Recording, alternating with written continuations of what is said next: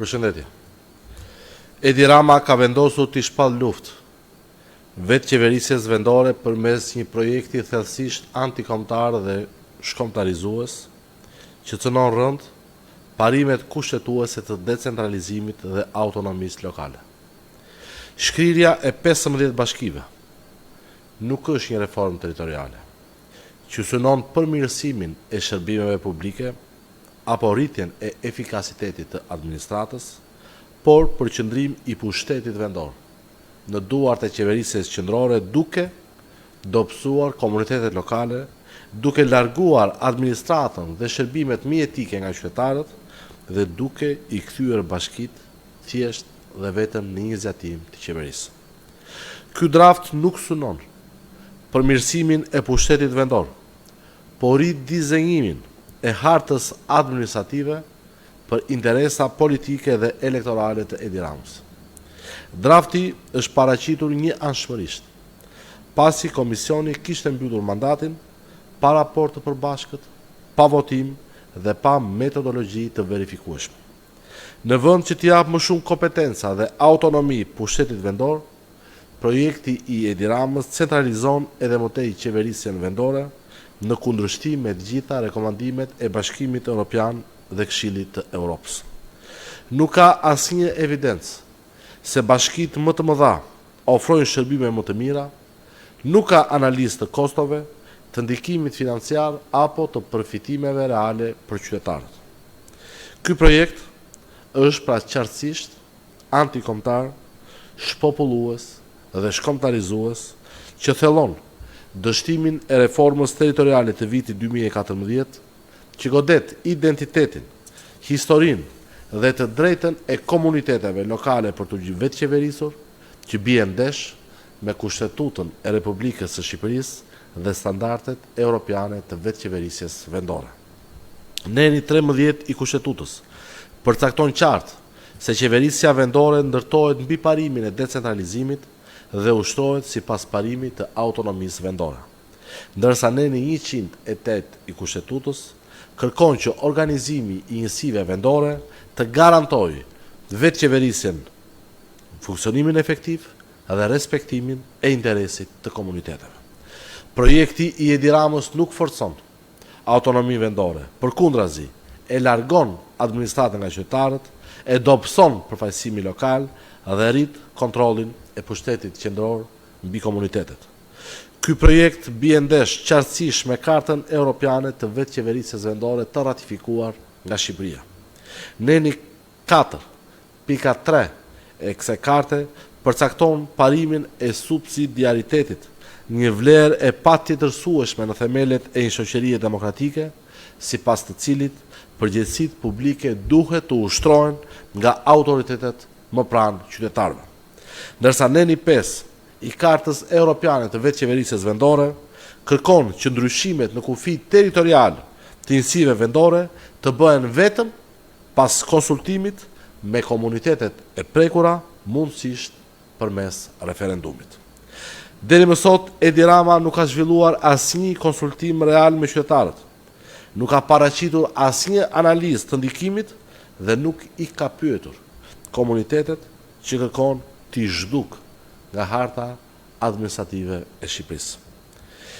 Deri më sot, Edi Rama nuk ka publikuar asnjë studim serioz që të dëshmojë se shkrirja e 15 bashkive do të sjellë shërbime më të mira, administratë më të aksesueshme, mbrojtje civile më efikase apo zhvillim më të balancuar territorial.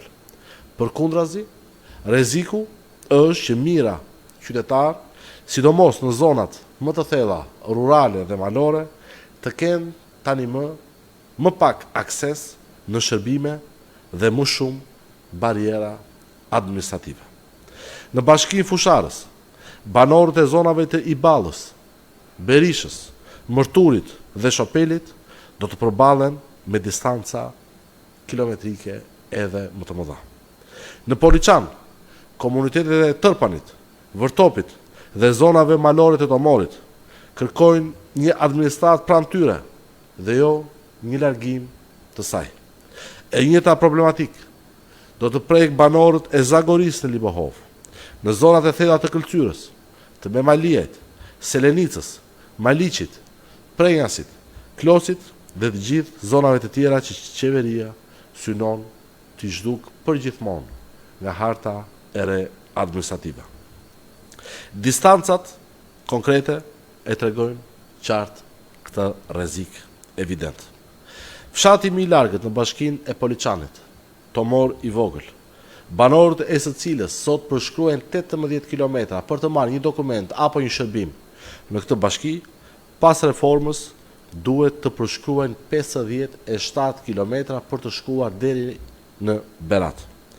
Banorët e fshatit më të largët të Fusharzit, pra banorët e Fjerzës, që sot përshkruajnë 24 kilometra për të shkuar deri në Fusharës për një dokument apo për të marrë një shërbim, pas reformës që kërkon të imponojë me dhunë Edi Rama, u duhet të përshkruajnë 68 kilometra për të shkuar deri në bashkinë e Pukës.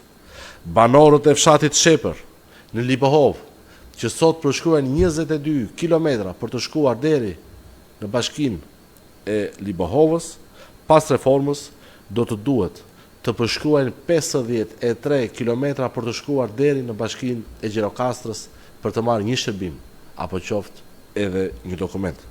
Banorët e fshatit Ramic në Selenicë, që sot përshkruajnë 19 kilometra, pas reformës do të duhet dhe u imponohet me dhunë të përshkruajnë 61 kilometër për të shkuar deri në bashkinë e Vlorës për të marrë një dokument apo një shërbim jetik. Ashtu si kundër, banorët e fshatit Qesarat të bashkisë Memaliaj, që sot përshkruajnë 17 kilometra, imponohen me dhunë nga Edi Rama dhe detyrohen që pas reforme të përshkruajnë 44 kilometra për të shkuar deri në bashkinë e Tepelenës për të marrë qoftë një shërbim apo një dokument. Pra, a është kjo reformë që e afron shtetin me qytetarin, apo një reformë që e largon deri në torturë barbare qytetarin nga shteti, përfshi kostot e shtuara ndaj tij? Ku është studimi që provon se qytetarët do të marrin shërbime më të mira pas shkrirjes së 15 bashkive? Ku është analiza që garanton se administrata do të jetë më pranë qytetarëve, kur mjafton vetëm këto distanca për të kuptuar se sa të merr, se çfarë kalvari do të duhet të heqin qytetarët nëse kjo reformë hyn në fuqi?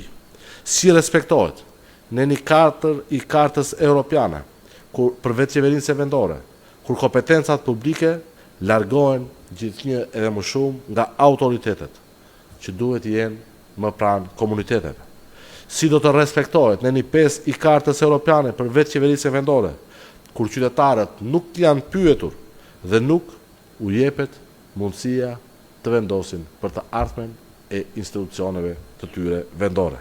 Si garantohet autonomia vendore e parashikuar dhe e sankcionuar në Kushtetutën e Republikës së Shqipërisë, kur pushteti vendor nëpërmjet këtij projekti ogurzi të Edi Ramës do bësohet edhe më tej? Ndryshimi i hartës territoriale kërkon domosdoshmërisht dialog kombëtar, konsultim real dhe respektim rigoros të kartës europiane të vetë qeverisë vendore dhe të Kushtetutës së Republikës së Shqipërisë. Një reformë e imponuar nuk ndërton konsensus, vetëm prodhon konflikt. Partia e Lirisë kërkon me vendosmëri tërheqjen e menjëhershme të këtij projekti, shpopullues dhe shkombëtarizues, dhe u bën thirrje presidentit të Republikës, avokatit të popullit, të gjithë ekspertëve të pavarur të qeverisë vendore, organizatave të pavarura të shoqërisë civile, kongresit të autoriteteve lokale dhe rajonale të Këshillit të Europës, institucioneve të Bashkimit Evropian dhe të gjitha organizmave ndërkombëtar që mbrojnë demokracitë lokale, të reagojnë me forcë ndaj kësaj nisme të njëanshme, të pa konsultuar, pa konsensus, antikushtetuese dhe antidemokratike që cënon rënd autonominë vendore dhe të gjitha standardet europiane të vetë qeverisjes vendore. Bashkit nuk janë pronë e qeverisë dhe nuk janë as vija në hartë që ndryshojnë sipas interesave politik apo elektoral të Edi Ramës, por janë institucione kushtetuese të qytetarëve që janë krijuar dhe duhet të ekzistojnë vetëm për të shërbyer atyre. Çdo ndryshim i njëanshëm i hartës administrative nuk mund të pranohet, por çdo ndryshim i hartës duhet vetëm të nënshtrohet referendumit popullor në përputhje me Kartën Europiane të Vetëqeverisjes Vendore dhe parimin themelor kushtetues se sovraniteti buron nga populli. Asnjë shumicë në kuvendin ilegjitim të Shqipërisë nuk mund të zvendësojë dot vullnetin e shqiptarëve. Nëse Edi Rama është i bindur se ky projekt është në interes të tyre, atëherë le t'u jap fjalën qytetarëve. Le t'i pyes ata në referendum. Shqipëria nuk është pronë e Edi Ramës, por u përket vetëm qytetarëve të saj dhe vetëm ata kanë të drejtë të vendosin nëse do të pranojnë apo jo të humbin bashkitë e tyre. Faleminderit.